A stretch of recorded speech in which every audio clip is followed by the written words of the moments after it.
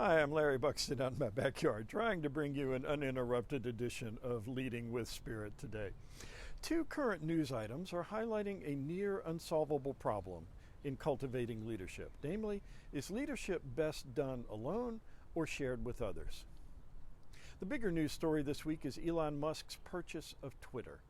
And a state senator acquaintance of mine hashtagged his online post on this, "Let freedom reign," and declared Musk's sole ownership of Twitter a beautiful thing.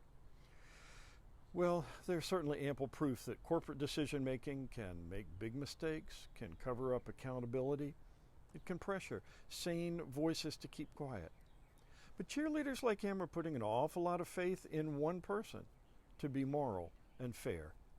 Where we've seen in leaders from Vladimir Putin to Donald Trump that vesting one person with the power to affect so many lives is incredibly risky business. A similar story this week is that the British government has abolished the joint work of 3 soccer associations to establish instead a single regulator for the sport.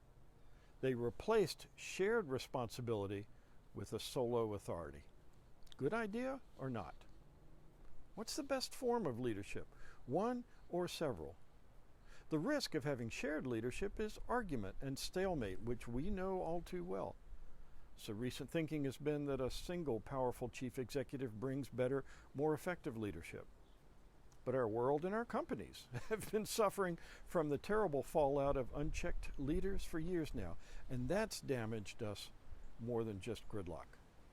What's the best form of leadership? What's the best form in families? There's biblical support for the male being the sole leader of the family, and that brings clarity and simplicity. But it also invites over-control and cruelty. So there's also support for equality and partnership, because 2 heads and 2 hearts are better than one.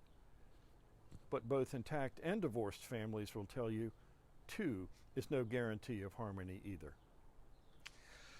I once went along with a personnel committee's decision to fire an employee without any prior work conversations or warnings. Would I have done that alone? I don't know. But certainly in concert with wise other people whom I respected saying this was the way to go, I also raised my hand. I've struggled ever since with what we did. And I learned that a prayerful decision made for the overall good of the organization by decent, caring people still caused a level of pain and distrust that took years to heal. Now, was that simply the price of leadership, or was it wrong? It's hard to know. Giving everyone a say certainly has its advantages and disadvantages, but this is the paradox of leadership, that leadership is necessary to order our behavior harmoniously, and leadership inevitably creates conflict. The most helpful approach I know of to this paradox is the one I used in my analysis of King David's leadership.